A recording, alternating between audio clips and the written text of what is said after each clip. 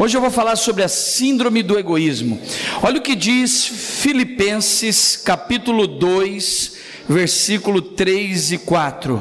Filipenses capítulo 2, verso 3 e 4. Nada façais por partidarismo ou por vanglória, mas por humildade, considerando cada um os outros superiores a si mesmo. Difícil coisa, hein?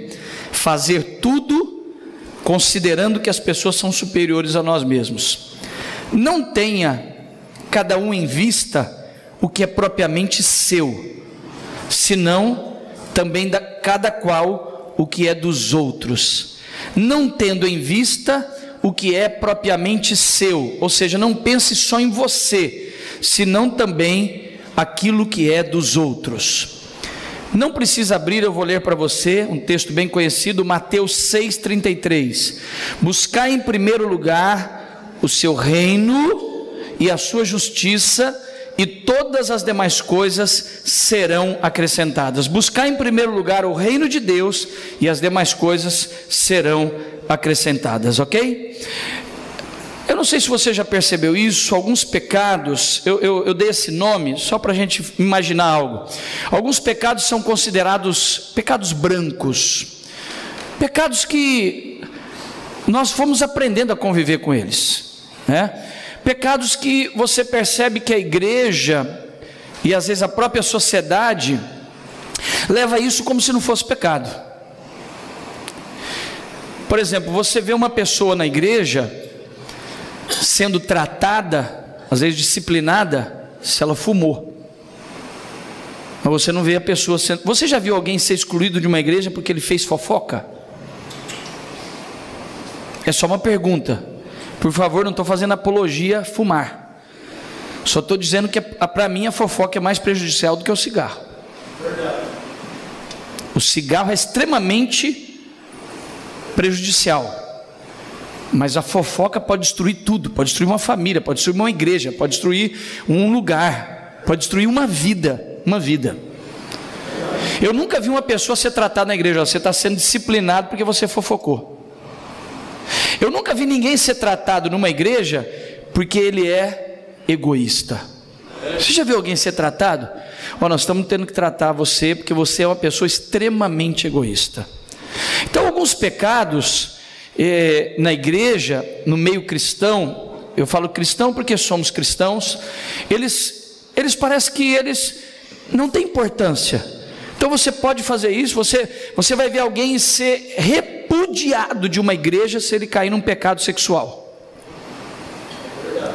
Mas se ele viver uma vida inteira de egoísmo, está tudo bem para ele.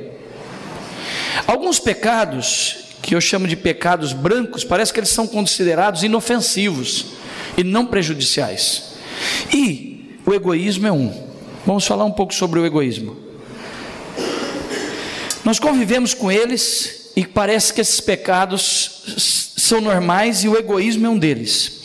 O egoísmo fala do quê? Eu vou dar alguns entendimentos. Eu tenho que ler aqui porque eu anotei algumas coisas importantes, ok? O egoísmo é pensar em si mesmo. O egoísmo tem a sua base no humanismo. Eu não sei quantos de vocês sabem o que é o humanismo. E se você... Normalmente quem entende o que é humanismo é quem já estudou um pouco mais, sem tons pejorativos. Talvez você já fez o ensino médio, mas na maioria das vezes você só vai entender um pouco do humanismo quando você fizer um curso superior. E se você não sabe o que é humanismo, eu te aconselho a chegar em casa hoje e entrar lá na internet, no professor Google, pôr lá, definição do humanismo, o que é o humanismo? Hoje nós vivemos numa sociedade totalmente humanista. A ideologia humanista, ela é o que comanda a maioria das universidades hoje. A medicina é quase que dominada pelo humanismo. O ensino educacional no mundo hoje é voltado ao humanismo. O humanismo, ele se define dessa forma: o homem, o ser voltado para si mesmo. Ou seja, o humanismo fala de você, o ser humano ser seu próprio Deus. O humanismo é anti-Deus. O humanismo é anti-reino de Deus. O humanismo fala de você ser centrado no seu próprio reino. Você se assenta no seu próprio trono. No trono da sua vida, é você quem governa, você é o próprio Deus de si mesmo. Não existe Deus, não existe um ser supremo, e tudo está voltado para si mesmo. Isso é a base do humanismo. E as nossas escolas estão totalmente voltadas a uma ideologia humanista. Todo ateu é humanismo. A base do ateísmo, do ateu, é o humanismo. Estude sobre isso. Estude sobre isso, você vai entender o que é o humanismo. O egoísmo está assentado em cima do egoísmo. É uma ideologia baseada em você é o centro do universo, tudo tem que estar bom para você e o restante que se exploda. Se está bom para você, o que é para os demais não importa. O importante é que tudo está bom para você. E no fundo, nós vamos começando a gerar um estilo de vida baseado nesse humanismo, né? De que tudo seja centrado em nós mesmos. Eu vou te dar mais alguma definição que está ligada ao egoísmo, que também nós temos a base do egoísmo, que é o egocentrismo. O que é o egocentrismo? Tudo tem que girar em torno de você mesmo. O egocentrismo, né, a ideologia do egoísmo, ela está ensinando algo. Tudo tem que girar em torno de você. Por exemplo, eu vou falar de algo aqui que muitos de vocês não sabem disso, é até uma questão de enfermidade, de uma doença psicossomática. Eu sou psicanalista.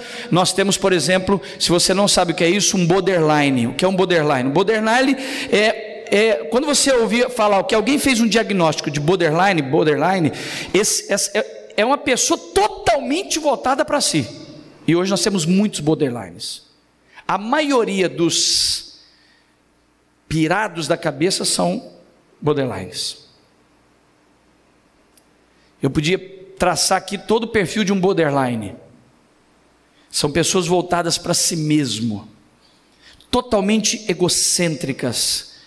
E quantas vezes nós estamos caminhando a nossa vida com comportamentos totalmente egocêntricos?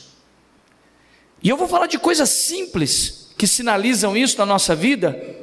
Há coisas mais significativas, você pode fazer esse paralelo, ok? Eu vou te dar um pouco mais de conhecimento sobre isso.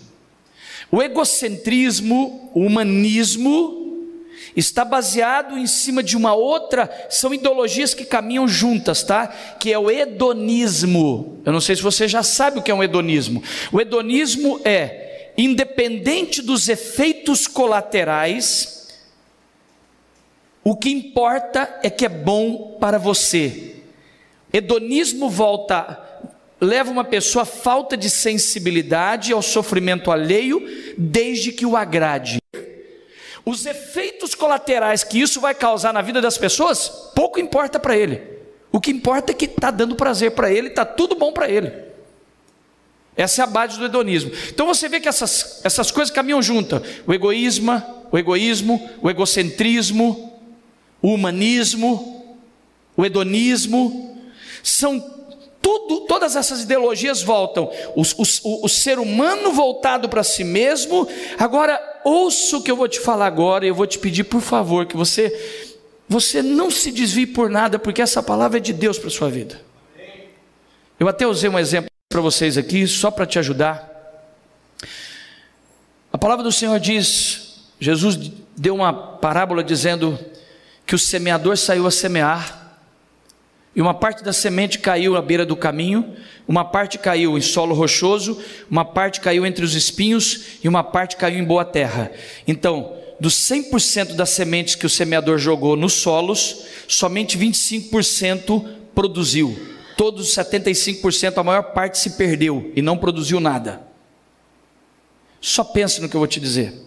Eu não vou afirmar como absoluto, ok? Mas quase, talvez, na minha opinião, 90% dos problemas não estão nem no semeador e nem na semente, mas está no solo. Pode ser que em algum momento o problema está no semeador, o semeador é ruim. Pode ser que a semente que está sendo lançada ela é ruim, mas na maioria das vezes o problema não está nem no semeador nem na semente, mas está no solo. Hoje, eu sou o semeador de Deus na vida de vocês. A palavra que eu estou ministrando agora é a semente, e vocês são o solo. O que você vai fazer com essa palavra hoje vai definir se você é um solo bom ou ruim. Eu tenho certeza que o semeador aqui hoje, apesar de suas imperfeições, é um semeador de Deus. E a semente que eu estou te dando hoje é uma semente de Deus. Agora é você que tem que definir que solo você é. A palavra egoísmo, egocentrismo, baseada no humanismo, no hedonismo, é o ser humano voltado para si. O que importa é ele satisfazer a si mesmo, não importa os efeitos colaterais que isso causa em tudo que está à sua volta, desde a família, desde as pessoas da sua casa, dos seus amigos, da igreja, do ministério que ele faz parte, na onde ele trabalha. O que importa é que para ele está bom. Só que entenda algo: nós fomos encontrados salvos e inseridos no reino de Deus. E o reino de Deus está baseado em que o reino precisa estar bem. Mas quando nós vivemos uma vida egoísta e nós pensamos em nós, isso é uma visão anti-reino. Ela é contrária ao reino de Deus. O reino de Deus, o próprio Jesus, que fundou o cristianismo, quando ele veio estabelecer o seu reino, ele disse: eu vim estabelecer o meu reino. Quando você foi salvo, lavado e remido pelo sangue de Jesus, você foi inserido no reino de Deus. Veja, o reino salvou você, mas agora o reino tem que entrar na sua vida para que você possa viver segundo o reino de Deus. E o rei do reino do qual nós fomos inseridos, ele viveu uma vida totalmente anti-egoísmo, anti-humanismo, anti-egocentrismo, anti-hedonismo. Pelo contrário, ele se deu por nós. Ele se deu por nós. Ele chegou no momento da vida dele, lá no final da vida dele, que ele estava agora no final de fechar o ministério dele. Ele tinha que morrer, derramar seu sangue, pagar o preço da morte, crucificado na cruz. Todo o peso do pecado da humanidade caía sobre ele. Ele chegou num momento de tanta dor, que a Bíblia diz que ele estava no Getsemane. Quando eu disse isso recentemente, quando eu fui a Jerusalém ano passado, o lugar que eu mais fui impactado de todos os lugares que eu visitei em Jerusalém foi no Getsemane. Ali eu chorei muito. Foi o lugar que eu chorei de verdade. No túmulo onde ele foi colocado, no lugar onde ele foi colocado e ficou ali. Também no lugar onde ele ficou um dia antes da sua morte, que ele foi colocado no lugar. A pedra está lá até hoje. E quando eu estava no Getsemane, eu chorei muito quando eu estava no Getsemane. Eu fui visitado naquele lugar. Fazia tempo que eu não chorava como eu chorei naquele lugar, porque eu comecei a imaginar que Jesus, quando estava no Getsemane, a Bíblia diz que o sofrimento dele foi tão grande, que ele passou a suar gotas de sangue. Eu me lembro que há muitos anos atrás, quando eu fui fazer uma pesquisa, eu descobri por um médico australiano e um médico alemão, se eu não me engano, estudos que uma pessoa pode realmente chegar a um sofrimento tão profundo que o corpo começa a trazer suor de gotas de sangue. Mas esse é o auge, é o extremo de um sofrimento de um ser humano. E a Bíblia diz que ele suou gotas de sangue, e ele olhou para Deus e disse assim: Deus, se possível, passa de mim esse cálice. Ou seja, se possível, eu não quero morrer por esse povo. Mas ele disse: mas que não seja a minha vontade, seja a sua vontade. Isso é totalmente anti-humanismo. Isso é viver uma vida do reino, é nos darmos, nos doarmos. Eu quero que você olhe bem para mim. Vocês me conhecem, não que eu seja, mas eu tento ao máximo ser equilibrado em tudo. Eu não estou dizendo que você vai sair daqui hoje e a mensagem é: só se preocupe com os outros, não pense em você. Não faça isso, porque nem eu estou fazendo isso comigo mesmo. Há momentos que a gente tem que pensar na gente, porque a sua autoestima precisa estar equilibrada. Eu só estou dizendo que você viver todo o tempo da sua vida só pensando no seu umbigo e naquilo que está bom para você, e nunca abrir mão, isso é anti-reino. Isso é anti-Deus. E para vivermos como filhos de Deus, e pessoas que foram inseridos no reino de Deus, nós precisamos viver diferente disso. Tem uma outra palavra que vai além de egoísmo, egocentrismo, hedonismo, que é egolatria. É o resultado dessa filosofia. A egolatria é uma pessoa que já vive esse estilo de vida. E esse estilo de vida já virou uma idolatria, ou seja, ela passa a idolatrar a si mesmo. É muito forte isso. Eu tenho muita vontade de escrever sobre isso. Ouça o que eu vou te dizer agora. Uma pessoa, quando chega ao nível de egolatria, suas vidas são voltadas em construir um universo próprio. Eu vou construir um universo para mim mesmo. É como se você estivesse dentro de uma bolha e tudo tem que girar em torno de você. Só para você entender, depois, se quiser, escreva isso aí, que é importante você estudar, porque talvez você conheça alguma pessoa assim e ainda não sabe. O borderline, ele é 100% isso. O borderline, o chamado borderline é a pessoa, ela leva as pessoas que estão perto dela a um sofrimento profundo, mas se ela tem prazer, para ela está maravilhoso. E muitas vezes, nós não chegamos nesse nível, mas muitas vezes nós temos atitudes e comportamentos que se assemelham a pessoas que são assim. É quando nós vivemos uma vida, começamos a estabelecer um estilo de vida, que nós estamos preocupados com a gente, se está bom para mim. E eu usei vários exemplos hoje, e nós vamos tocar em alguns desses exemplos. Tudo tem que ser feito em torno de quê? Então eu queria que você olhasse para mim agora, e como uma boa terra que você é, recebesse a semente boa de Deus, através desse semeador aqui, que Deus está usando na vida de vocês hoje. Responda para você mesmo agora. Tudo que você tem feito está em torno do que você gosta? Desde esse momento, eu me lembro quando as meninas moravam comigo ainda, minhas filhas. Então era eu, a Sônia e 3 meninas. E isso era constante. A gente saía de um culto e a gente ia comer fora em algum lugar. E eu perguntava: o que vocês querem comer? A Sônia falava: não, amor, eu quero que você saiba o que você quer comer. Mas eu quero que vocês escolham. E aí uma de trás lá falava assim: não, pai, o que vocês querem comer? Então muitos momentos eram assim. Mas em alguns momentos uma falava assim: eu quero comer tal. Aí outra falava: mas eu não queria comer isso. Mas eu quero comer isso. Então vamos começar a pensar um pouco na nossa vida agora. Desde aquele momento em que você não abre mão de que seja exatamente o que você quer. Tem que ser algo que você gosta. Exemplo. Eu sou uma pessoa eclética com música. Eu não gosto só de um estilo de música. E assim, deixa eu te pedir, por favor, sem bitolação, tá? Independente de música sacra ou não, eu estou falando de estilo. E a maioria todas as músicas evangélicas, elas estão baseadas em algum estilo.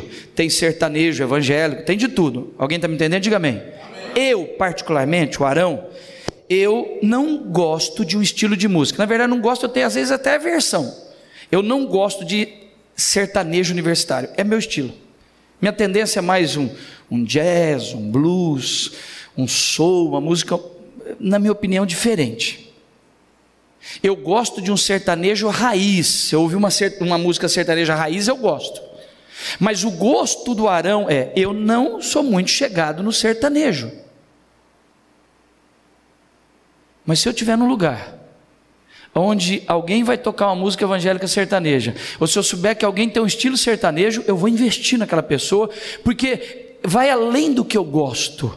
A minha visão precisa ser a visão do reino. Amém. Nem tudo que é exatamente o que eu gosto tem que ser o que eu gosto. Então o egoísta é aquele que tudo que está acontecendo à sua volta tem que ser do gosto dele. Mas eu não gosto disso. Sabe quando um filho olha para o pai e diz: ah, mas eu não gosto disso. Mas a pergunta não é se você não gosta. A pergunta é se está abençoando o reino. É dentro do casal, está lá o Milton e a Gabriela, e o Milton diz assim: mas eu não gosto, Gabi. Mas o problema não é se você gosta ou não gosta, Milton. O problema é se está sendo bom para vocês dois. Deus está pegando. Vamos pensar na igreja? Eu não duvido que alguém não goste da cor mais escura aqui. Quando eu pintei essa igreja mais escura, porque durante muitos anos as igrejas eram claras, mas o mundo vai se atualizando. Os lugares mais sofisticados que você vai num lugar sofisticado, num hotel top demais, você vai ver cores. Por exemplo, essa cor se chama Chalé do Campo. É uma das cores que para mim tem mais sofisticação. Por que quando eu fui comprar cadeira, eu comprei marrom? Porque ela é mais sofisticada. Você põe um azulzão, é pobre, é comum. O marrom com marrom fica sofisticado. Nós temos um arquiteto aqui dos melhores que eu conheço até hoje. Então, eu sei que talvez, mas para alguns não gosta. Mas deixa eu dizer para você, e aí que você não gosta? Tudo tem que ser do seu jeito? Ah, mas eu não gosto de luz na hora do louvor. Mas não é sempre do seu gosto. Eu não gosto do momento do louvor, eu gosto só do momento da palavra. Se eu pudesse, eu nem chegava na hora do culto começar, eu chegava meia hora depois, só para mim assistir a palavra. E alguns preferem até depois da oferta, porque ele é tão egoísta, ele só quer comer o pão da casa de Deus, mas ele não quer servir o pão. Porque veja bem, o que não dizima, o que não oferta, ele só pensa em si. Ele vem, se alimenta do pão, vai embora, mas não serve pão. Só que quando você lê a Bíblia, você vai ver que Deus nos ensina a servir o pão e a comer o pão de Deus. A mesa, se come o pão da mesa e se serve o pão na mesa. O egoísta é que o louvor, nós temos aqui 6 ou 7 equipes na igreja de louvor. É 6 ou 7, Mateus? 7 equipes. Mas o egoísta, ele só pensa na equipe dele. É o ministério de dança. Então tem aquele que só pensa nele. Mas isso não é visão do reino. Mas por que você não vai fazer isso, irmão? É porque não está legal para mim. Estou sentindo que não é legal. Mas então você só vive o que você sente que é legal? Irmão, deixa eu dizer uma coisa para você. De vez em quando eu tenho vontade de sumir. Porque tem dia que parece que eu só venho pepino. Mas eu não posso pensar só em mim. Eu tenho que pensar que Deus me colocou aqui, que Deus me usou para fundar essa igreja, e Deus me colocou aqui, e eu vou ter que passar o tempo que Deus quiser que eu passe aqui, e vocês vão ter que me aguentar, porque eu também estou aguentando vocês. Dá um abraço no irmão e diga assim: e você vai ter que me aguentar. Quem pode aplaudir a Deus e bradar de vitórias? Porque nós precisamos aprender a não vivermos essa vida egoísta, entendeu? Então, escute, presta atenção, o egoísta é aquele que tudo que ele faz tem que ser do gosto dele. Por que eu não quero? Porque eu não gosto. Mas simplesmente não gosta que se exploda os outros. E o reino? Quando você olha para a vida de Jesus, que é o nosso modelo de vida, Jesus, no nosso modelo que é o nosso exemplo de vida, ele estava o tempo todo renunciando a si mesmo. Ele diz assim: aquele que quer seguir a mim, tome a sua cruz, negue-se a si mesmo. Olha o que o texto diz: aquele que quer seguir a mim, negue-se a si mesmo e caminha comigo.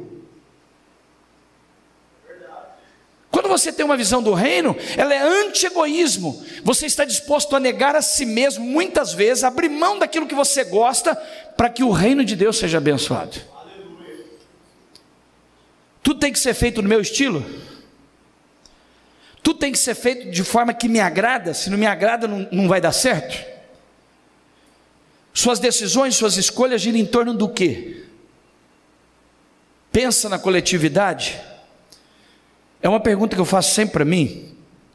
Diante de algumas decisões que eu tenho que tomar, eu sempre estou pensando no todo, né? E é uma coisa que eu estou sempre falando para os discípulos que trabalham comigo, para os pastores da minha equipe, né? De vez em quando eu tenho que chamar um dos líderes aqui da igreja e dizer assim: sabe essa atitude que você está tendo agora com esse ministério que está na sua mão? Você só está pensando no seu ministério, você tem que pensar no todo. Porque às vezes o líder do ministério chega e resolve um negócio, pá, porque eu sou líder. Só que nós ficamos aqui 1 ano para ganhar aquela família para Jesus, e a decisão que ele está tomando com aquela pessoa vai levar todo mundo para sair da igreja.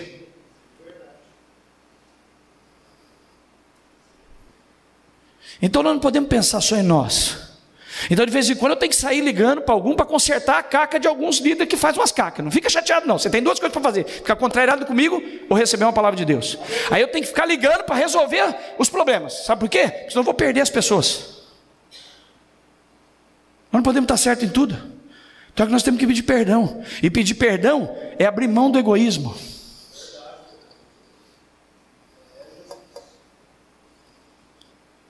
Nem tudo é do meu perfil, nem tudo é da forma que eu penso, nem tudo é como eu me identifico, nem tudo é só o que me supre, nem tudo é o que me dá prazer, nem tudo vai nos dar prazer, porque o nosso chamado é mais do que termos prazer, é gerarmos prazer.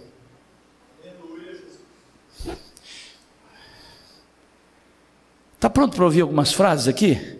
Ouça essas 2 frases que eu vou te dar agora, não perca elas, dê a maior atenção que você podia agora. Egoístas são pessoas em que o reino de Deus tem que se movimentar em direção a elas, não é elas que se movimentam em direção ao reino. Posso falar algo de verdade? De verdade?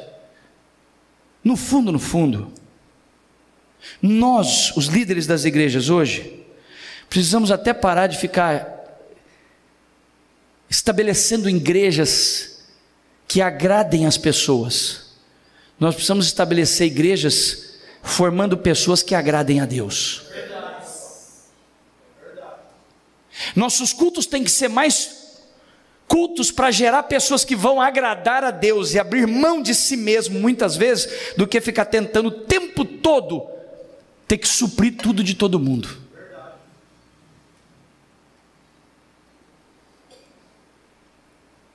Tudo que eu estou falando é amor. Escuta o que eu vou te dizer agora, olha essa frase: os egoístas, as coisas que alimentam o seu egoísmo, que não alimentam o seu egoísmo, não lhe causam interesse. O egoísta é aquele que, se algo que vai acontecer, ou que ele tem que estar participando, não lhe alimenta de alguma forma, ele não tem interesse nenhum. Por que você não vai nessa reunião? Não estou afim. Olha a frase dos egoístas: por que você não fez? Por que você não veio na reunião? Não estava afim. Então ele pensou só nele. Por que você não fez isso? Não estava afim. Eu não estou afim. Ah, pastor, eu tenho que fazer o que eu estou afim. Então você não tem visão do reino. Então você precisa rever sua visão do reino. Esse reino do qual nós fomos inseridos, o reino que te salvou, o rei desse reino chamado Jesus, é aquele que viveu a vida inteira abrindo mão de tudo que ele pensava que era do jeito dele, para nos salvar.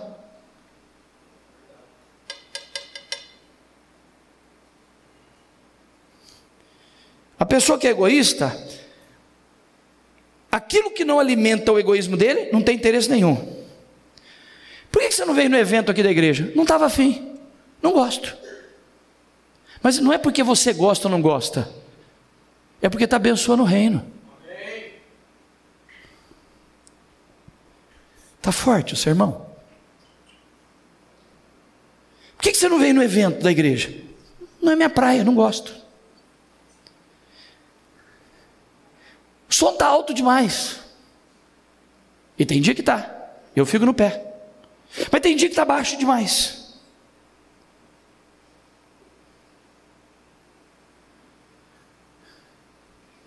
Mas é o seu gosto?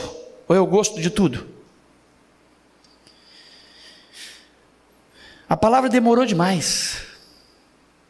Meu Deus, demora demais a palavra. Mas na verdade é tudo voltado para aquilo que você gosta. Por que eu não ajudei minha mãe em casa? Porque eu não estou afim. Então você só pensa em você. A palavra mais falada dentro de casa, sabe qual é? Mãe. Então você não tem uma mãe, você tem uma escrava, uma empregada doméstica. Porque tem alguns jovens que transformam suas mães. Tem mãe, presta atenção, e agora Deus vai falar com você. E se ficar chateado, levanta agora e vai embora que eu quero saber quem é. Presta atenção. A sua mãe, na verdade, te acostumou mal. Essa é a verdade. Só que sua mãe não teve tanto equilíbrio. Ela é maravilhosa, não estou dizendo que ela é maravilhosa. Ela é tão maravilhosa que ela passou dos limites com você. Ela arruma até a sua cama. Você é um marmanjo, até hoje ela arruma a sua cama. Você acaba de comer e diz para ela: pega o prato e leva. Você não tem o capricho de pegar o prato e levar na pia e dar um jeito na sua louça. Sabe que você é egoísta? Você pensa em você só. É que você não percebeu o que você é. Você não percebeu.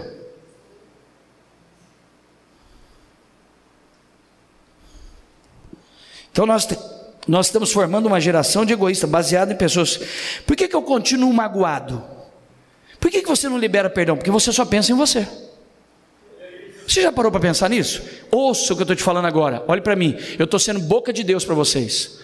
Eis que o semeador saiu a semear. Eu só quero saber se a semente está caindo num bom solo. Sabe por que você não conseguiu perdão até hoje? Porque você só pensa em você. Eu estou ferido, eu me machuquei, eu fui lesado, olha a palavra, só é você.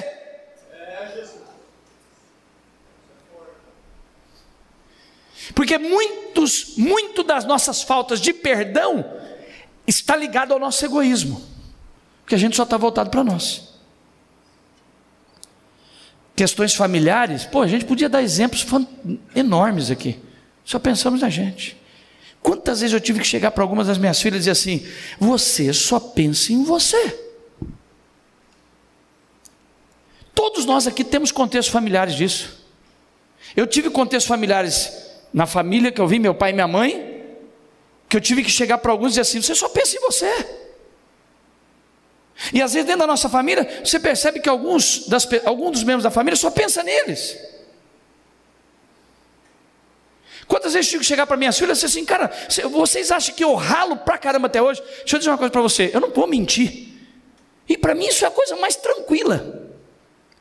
Vocês acham que eu trabalho até hoje, porque assim, eu desconheço alguém que trabalha tanto igual eu, desculpa. Poucos homens trabalham igual eu.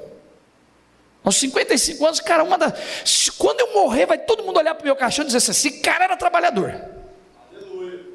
Aí você olha para mim: por que trabalha tanto? Quantas vezes eu disse para minhas filhas: você sabe por que o pai trabalha pra caramba? Porque eu tenho medo de morrer e largar vocês sem nada.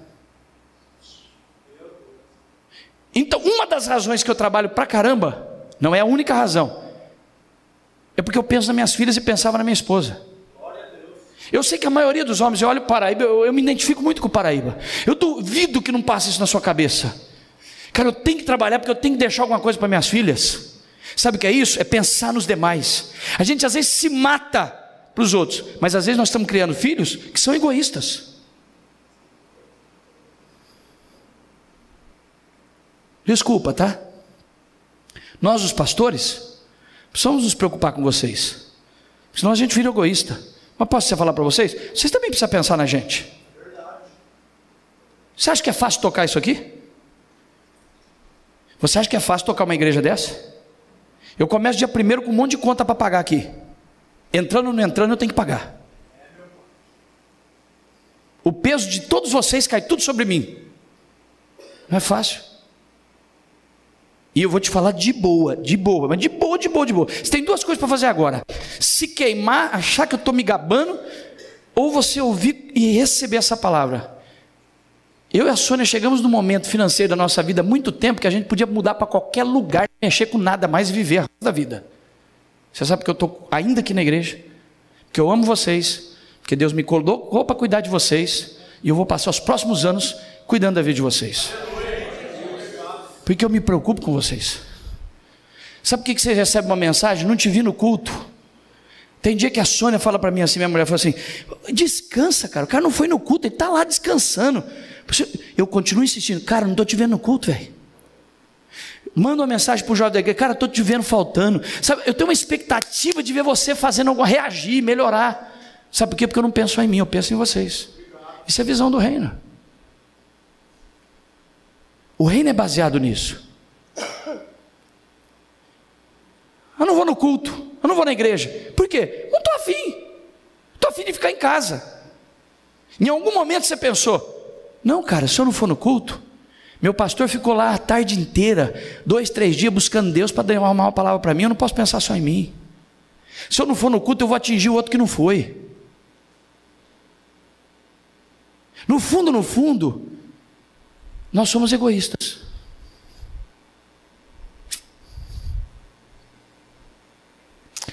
Por isso o tema dessa palavra é síndrome do egoísmo. Ouça o que eu vou te falar agora. Olha essa frase que eu vou te dar agora. É muito forte isso. Olha essa palavra. Enfim, a razão por quê? A razão por que eu faço ou deixo de fazer é movida por quê? Pelo meu egoísmo? É uma pergunta que a gente tem que começar a fazer para nós. Por que eu estou fazendo isso? E por que eu não estou afim de fazer isso? Está movido por quê?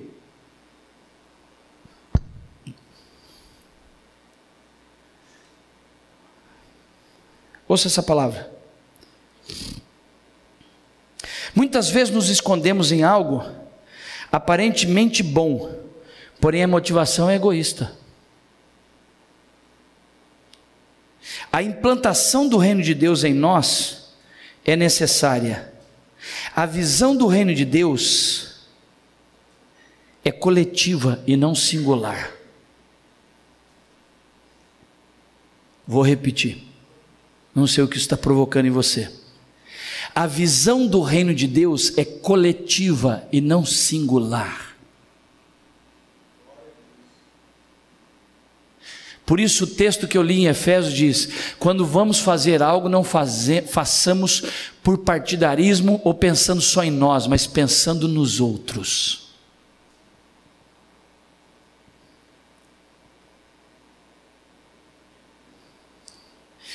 Pessoas dentro do reino de Deus, sem o reino estar dentro delas.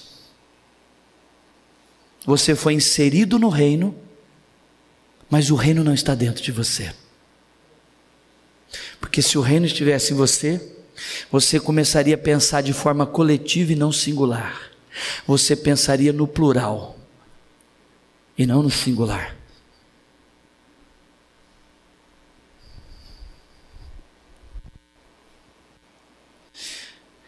Uma coisa é entrar no reino, outra coisa é o reino estar infiltrado, estabelecido dentro de você. Quando você conheceu Jesus como Senhor e Salvador, e essa salvação te alcançou, você foi colocado no reino. Agora o reino precisa ser colocado dentro de você.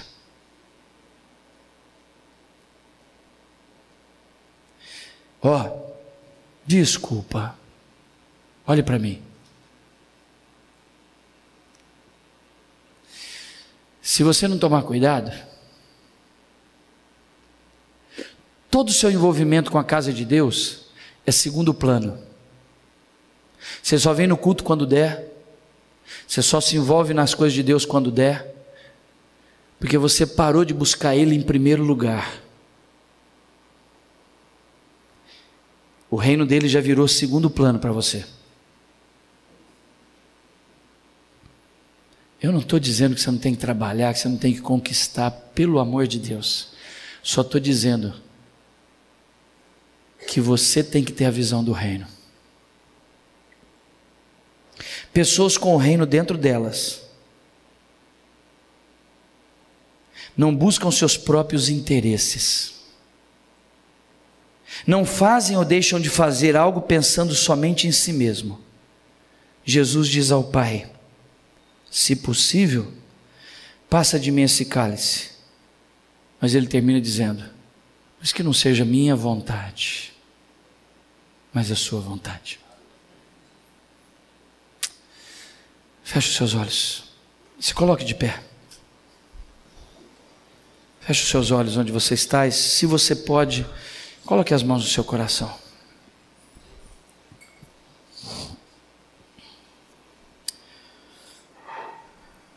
Não saia do seu lugar. Senhor, uma palavra tão simples, simples. Só o teclado. Uma palavra tão simples, porém tão confrontadora.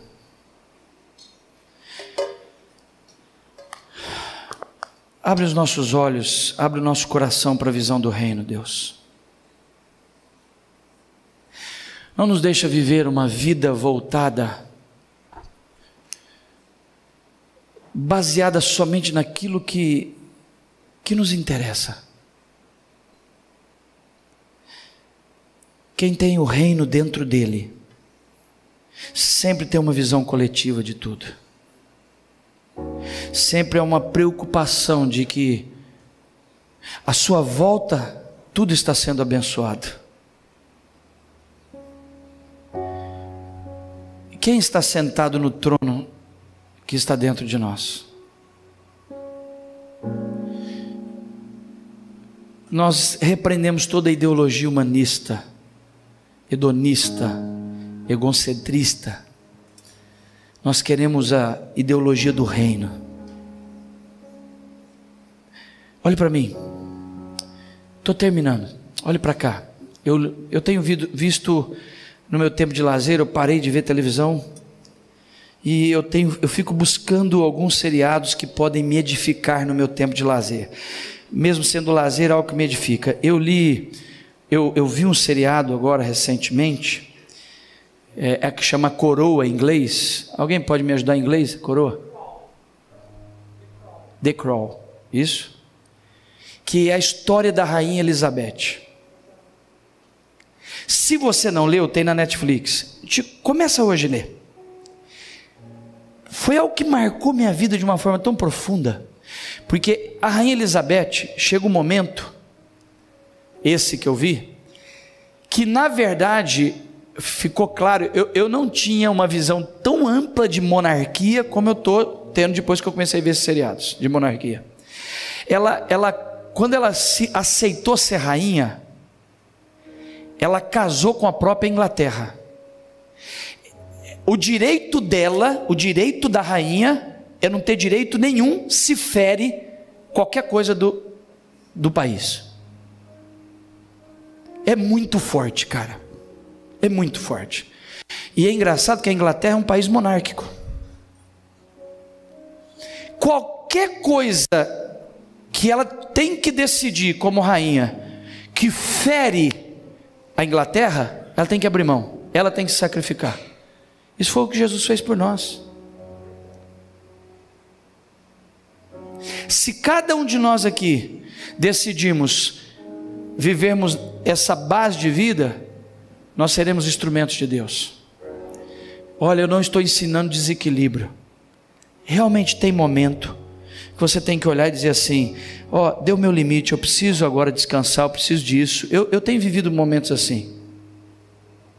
Hoje mesmo eu tive que dizer para minha irmã ali, veio no culto para cá, ela queria almoçar comigo, eu disse: irmã, eu estou cansado, eu vou pregar à noite, você vai ficar sem poder almoçar comigo hoje. Foi um momento, eu tive que não agradá-la totalmente, mas pela manhã eu fui pegar onde ela estava, levei ela, mesmo não estando tão bem para isso, porque eu não podia pensar só em mim. Estão conseguindo entender? Quem está recebendo, diga amém. Então é você lá, você filho, às vezes não é, o que você queria não é aquilo, mas sabe, em prol da família, eu vou abrir mão. Nem tudo aqui na igreja, irmãos, escute, nós temos hoje umas 600 pessoas na igreja, cada cabeça aqui é uma sentença, cada cabeça pensa de um jeito, é impossível agradarmos todos, vai ter momentos que você vai ter que abrir mão, cara,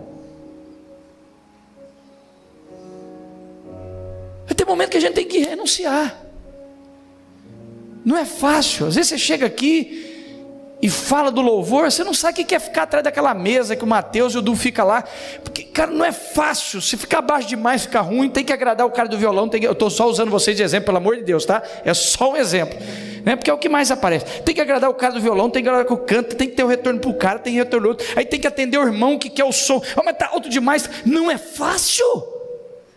O que eu estou dizendo é que tem hora que a gente tem que abrir mão um pouco, porque senão a gente só pensa na gente. Tem hora que tem que abrir mão, que eu não posso pensar só em mim. Nós, os pastores, precisamos pensar em vocês. Vocês têm que pensar em nós. Tem hora que o filho tem que abrir mão para facilitar as coisas para o papai e para a mamãe. Não é o que eu quero, mas vai ser o melhor para vocês? Então tá bom, eu vou abrir mão. Isso em tudo. Porque nós somos chamados para estar no reino, e o reino envolve abrir mão. Jesus disse: quem quer vir após mim, quem quer andar no meu reino, negue-se a si mesmo. Sabe o que é negar a si mesmo? É pisar no egoísmo e dizer: você não controla a minha vida. Negue-se a si mesmo, negar os suas próprias vontades, muitas vezes. Abrir mão daquilo que é a sua vontade, que é o seu gosto, em prol do reino, em prol da família, que é o reino, em prol das suas amizades, que é o reino, em prol da igreja, que é o reino de Deus. Abra suas mãos. Que o amor de Deus Pai, que as consolações do Espírito Santo de Deus, que o sangue de Jesus Cristo, e que essa palavra tenha caído em você hoje. O semeador veio semear e lançou uma semente, e você é a terra, e o seu nome é terra boa, e essa semente vai brotar a 30, 60 e a 100 por um na sua vida, em nome de Jesus. Quem recebe, dê a melhor manifestação que você podia dar a Deus. Que Deus abençoe a sua semana. Quinta-feira estaremos juntos. Domingo que vem vou estar aqui nos 2 cultos novamente. Os próximos domingos eu sou aqui na igreja. Vai ser bênção demais. Deus abençoe vocês. Domingo, fim de domingo abençoado, semana abençoada, em nome de Jesus. Dá um abraço quem está perto de você e diga assim: